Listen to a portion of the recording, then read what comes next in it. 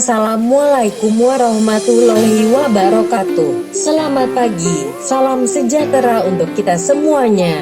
Kepala Sekolah Ibu Puji Astuti SPD 4D yang saya hormati, Bapak Ibu Guru dan staf TU yang saya hormati, peserta didik baru tahun pelajaran 2020-2021 SMP Negeri 5 Cibitung yang saya cintai.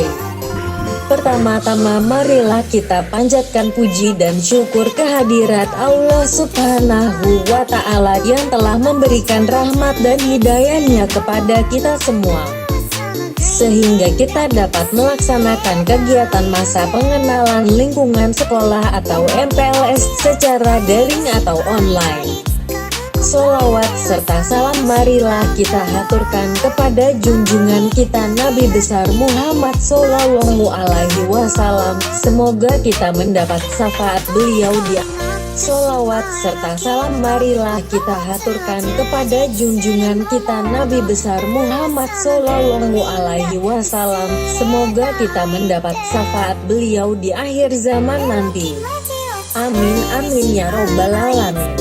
Marilah kita buka acara pada hari ini dengan berdoa menurut agama dan keyakinan masing-masing. Berdoa dipersilahkan. Terima kasih. Selamat mengikuti kegiatan MPLS hari ini.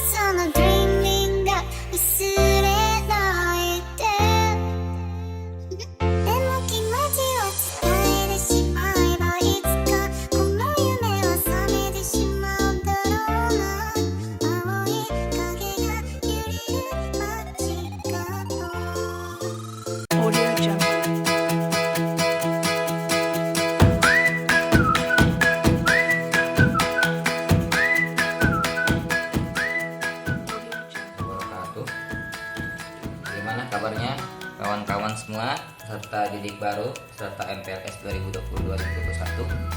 Mudah-mudahan dirahmati oleh Allah Subhanahu wa Ta'ala. Ya. Hari ini saya perkenalkan dulu ya. Saya Ihsan Maulana, mengajar pendidikan agama Islam di SMP 5 Cibitung. Ya. Nah, hari ini kita akan membahas materi pembinaan mental agama di sekolah. Ya, teman-teman mungkin berpikir ya, apa sih gunanya pembinaan mental agama? Kenapa itu mental agama itu harus dibina gitu ya di sekolah? Yang pertama adalah karena dengan dibina nilai agama, maka teman-teman semua akan mendapatkan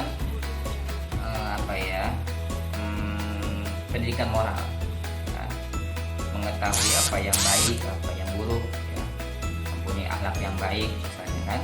karena dibina dengan agama. Apapun agama teman-teman, misalnya ya, yang Islam akan mendapatkan pendidikan agama Islam, yang non Islam, non Muslim berarti pendidikan agama Kristen misalnya kan. Nah itu dengan belajar agama masing-masing, maka yang didapat adalah moral, akhlak yang baik, cara bersikap. Nah itu kan harus ditanamkan sejak dini, sejak kecil ya, agar apa? Agar menjadi manusia yang baik ya, tidak berandalan ya, dan juga manusia yang tentunya selain baik dan juga mempunyai ilmu yang bermanfaat, seperti itu ya. Jadi seperti itu, dibina agamanya agar mempunyai moral yang baik, mempunyai akhlak yang baik ya. Harus datang dengan sendirinya, bukan karena paksaan, bukan karena tuntutan, tapi karena sudah diajarkan seperti itu ya oleh agamanya, maka dari dirinya sendiri akan muncul akhlak yang baik.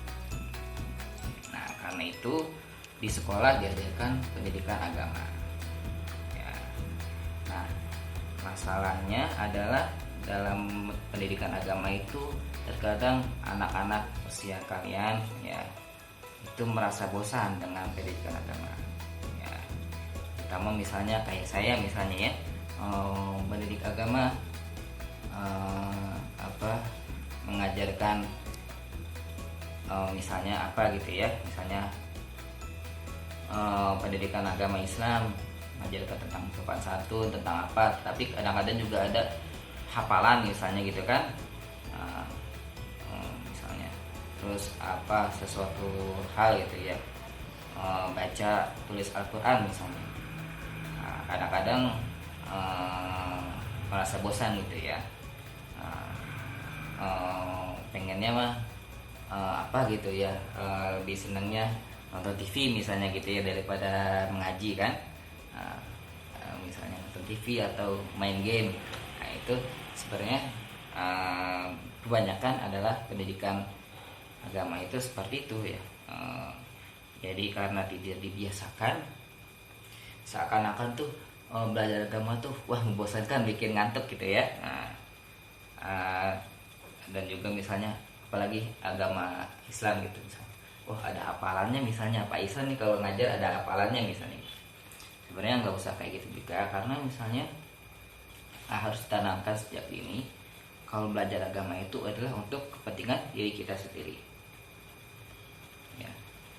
Sekalipun misalnya ada hafalan ya pelan-pelan aja kan. Kalau misalnya suruh hafal hafalan surat apa At-Takatsur misalnya ya, dia pelan-pelan saja dihafalkan ya, nggak usah jadi beban.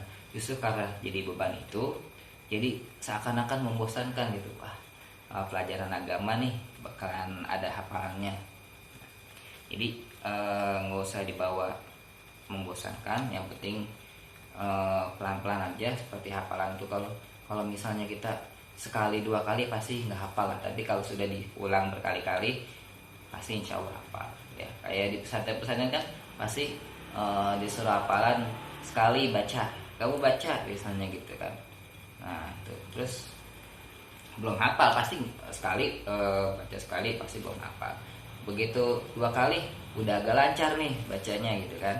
Nah terus udah ketiga kali tanpa ngelihat sedikit pun udah bisa gitu, udah bisa membaca. Nah pas 4 kali 5 kali nah baru udah bisa hafal. Jadi seperti itu ya, nggak usah dibebankan jadi beban apapun. Yang penting ditanamkan bahwa pendidikan agama itu untuk kepentingan diri sendiri.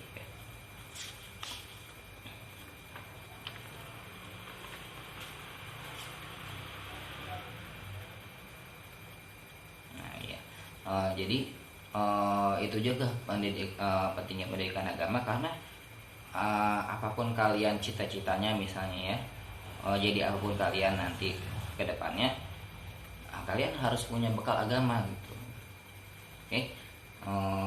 Apapun agama kalian ya, agama Islam yang punya ya buat bekal agama gitu. Paling nggak bisa baca Al-Quran gitu, bisa ngaji, kalau bisa hafal juz amma misalnya gitu kan. Kalau misalnya itu jadi imam misalnya gitu. Kalau misalnya kalian beragama Kristen ya, berarti kalian paling nggak mengerti tentang apa ya, masalah-masalah agama kalian gitu kan.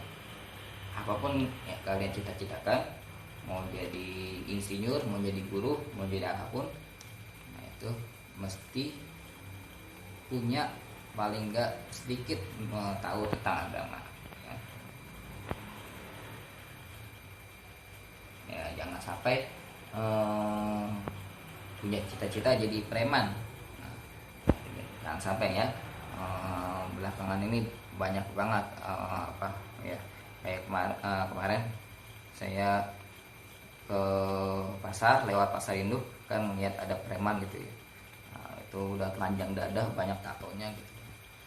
Nggak sopan juga kan, di tengah jalan telanjang dada gitu,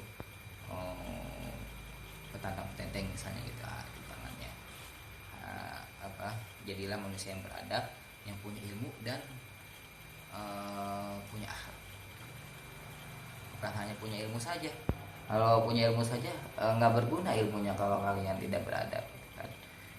Kalau misalnya kalian punya ilmu tapi kalian tidak punya akhlak, nah, itu tidak dihormati orang.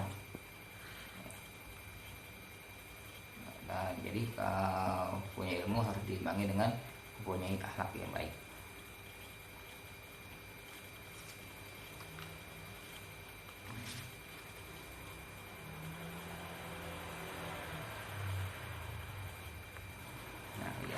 Pendidikan agama juga ada yang pernah tahu sejarahnya,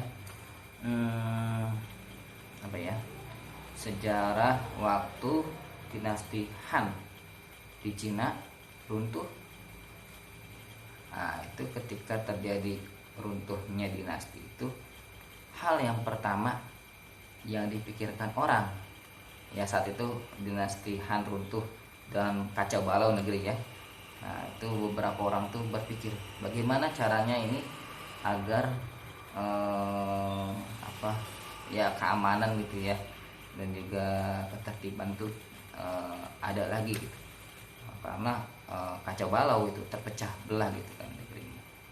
Nah, itu saat itu orang-orang berpikir bagaimana agar ada lagi gitu kekaisaran yang utuh misalnya gitu kan. Nah, itu yang pertama adalah itu akhlak, terutama yang dipentingkan tuh pendidikan akhlak terhadap orang tua gitu kan. Jadi saat itu juga ada siapa filsuf di Cina yang terkenal, Confucius ya. Ajarannya terutama adalah ini apa, iya, berbakti kepada orang tua ya, terus kekeluargaan ya, pendidikan dimulai dari keluarga, dididik akhlak yang baik ya, kemudian itulah yang menjadi bekal untuk membangun negara. Itu sejarah di Cina sekitar berapa tahun yang lalu, sekitar berapa ya, dinasti Han tuh berapa ya, sekitar 500 Masehi apa 500 sebelum Masehi, lupa saya ya, sekitar itu ya. Ya sudah gitu ya pokoknya ya, tentang pentingnya pembinaan mental agama di sekolah.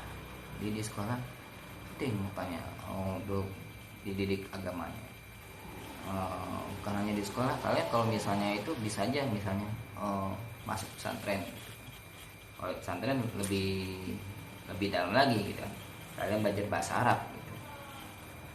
Selain belajar agama, belajar bahasa Arab misalnya, belajar nahu, sorof, sampai balagoh misalnya gitu kan, kalau di pesantren. Dan juga ya belajar disiplin tentunya kalau di pesantrennya. Kalau di sekolah kalian belajar dasar-dasar agama, yang penting kalian tahu agama, bisa mempraktekkan misalnya. Kalau di SMP 5 berarti adanya guru PAI saya pendidikan agama Islam. Kebetulan kita belum punya guru pendidikan agama Kristen, agama Katolik, Katolik atau Protestan belum ada. Jadi hanya ada pendidikan agama Islam. Mudah-mudahan di kedepannya ada pendidikan agama lain untuk yang beragama selain non Islam. Kalau saat ini kita belum punya. Jadi tapi jangan putus semangat, gali terus ya, yang misalnya non muslim belajar sendiri misalnya gitu kan, pasti diajarkan oleh orang tuanya untuk mendidik akhlak masing-masing gitu kan. Ya, udah cukup sekian dan terima kasih. Assalamualaikum warahmatullahi wabarakatuh.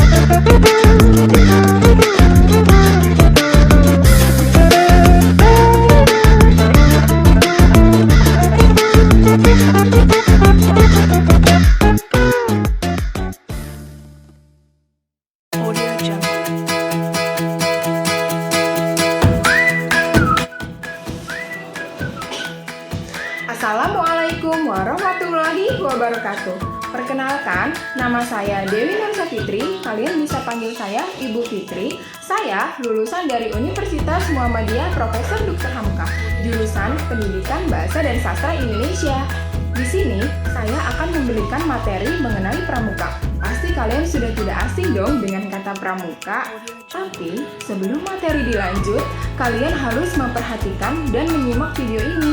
Karena di akhir video ini, kalian harus membuat sebuah kesimpulan.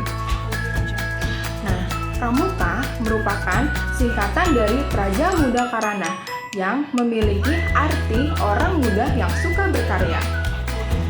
Pramuka merupakan sebutan bagi anggota gerakan pramuka yang meliputi pertama, pramuka siaga, kedua, pramuka penggalang, ketiga, pramuka penegak, dan pramuka pandega. Sedangkan yang dimaksud dengan kepramukaan adalah proses pendidikan yang dilakukan di luar sekolah dan dilakukan di luar lingkungan keluarga dalam bentuk kegiatan yang menarik, menyenangkan, sehat, teratur, terarah, dan praktis. Dan metode kepramukaan merupakan sistem yang membentuk karakter, watak, akhlak, dan budi pekerti luhur. Sejarah gerakan pramuka atau kepaduan di Indonesia telah dimulai sejak tahun 1923. Gerakan pramuka ini bertujuan membentuk kepribadian yang beriman, bertakwa, berakhlak mulia, berjiwa patriotik, dan taat hukum. Dan menjadi warga negara yang berjiwa Pancasila, setia, dan patuh kepada Negara Kesatuan Republik Indonesia. Gerakan pramuka sendiri berlandaskan prinsip-prinsip sebagai dasar iman dan takwa kepada Tuhan Yang Maha Esa, dan peduli terhadap bangsa dan tanah air, sesama hidup dan alam seisinya. Kemudian, peduli terhadap dirinya sendiri, taat kepada kode kehormatan pramuka. Metode kepramukaan juga merupakan cara belajar yang interaktif dan progresif. Melalui pengamanan kode kehormatan pramuka, kedua, belajar sambil melakukan kegiatan berkelompok, bekerja sama, dan berkompetensi. Kegiatan pramuka juga merupakan kegiatan menarik dan menantang di kegiatan alam terbuka. Namun, tetap ada kehadiran orang dewasa yang memberikan bimbingan, dorongan, serta dukungan. Nah, sekian materi yang dapat saya sampaikan. Kurang lebihnya mohon maaf. Wassalamualaikum warahmatullahi wabarakatuh. Terima kasih.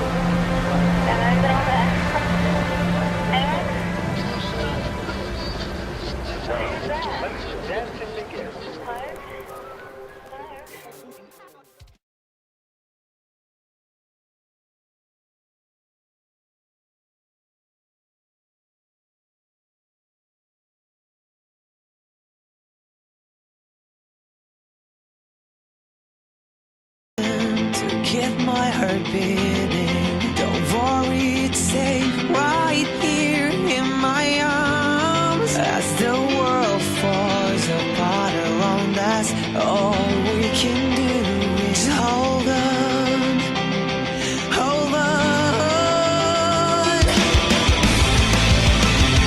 Take my hand and bring me back. Yeah.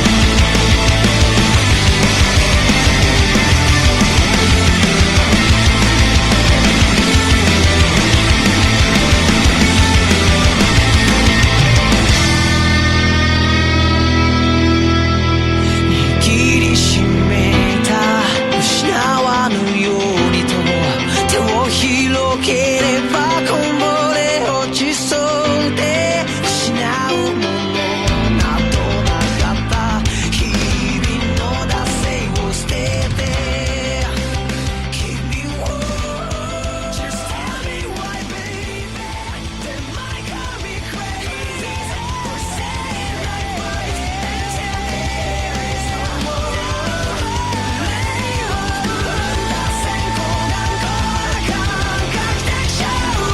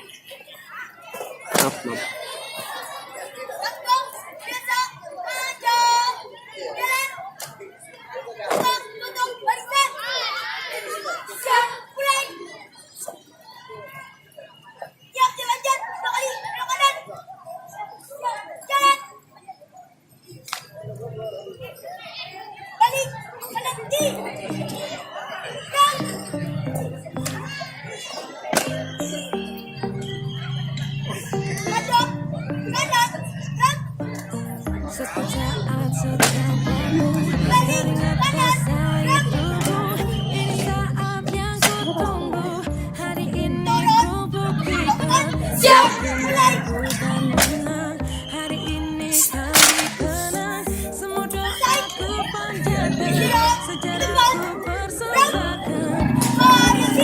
Siap, mulai. Siriaso, siriasi, siriasu. Siap, siap, siap, siap. Salam, raja, lima, sakti. Siap, siap, siap, siap. Habis.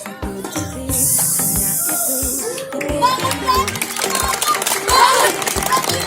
Bangkit. Yakin. Pasti kami bisa. Bangkit. Bisa apa? Woi, ini buat kamu.